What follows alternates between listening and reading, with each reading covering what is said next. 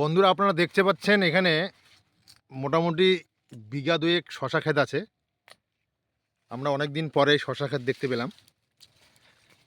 এখন চাষিরা শশা ক্ষেত করতে চায় না, কী কারণে জানি না।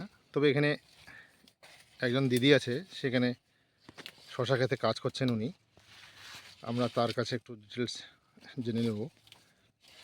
এটা জায়গাটা কোথায় আমরা তাও জানি না।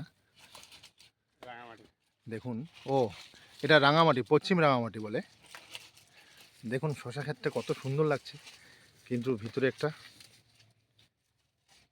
বিষয় আমরা দেখতে পাচ্ছি যে ছোট ছোট ঘাস রয়েছে।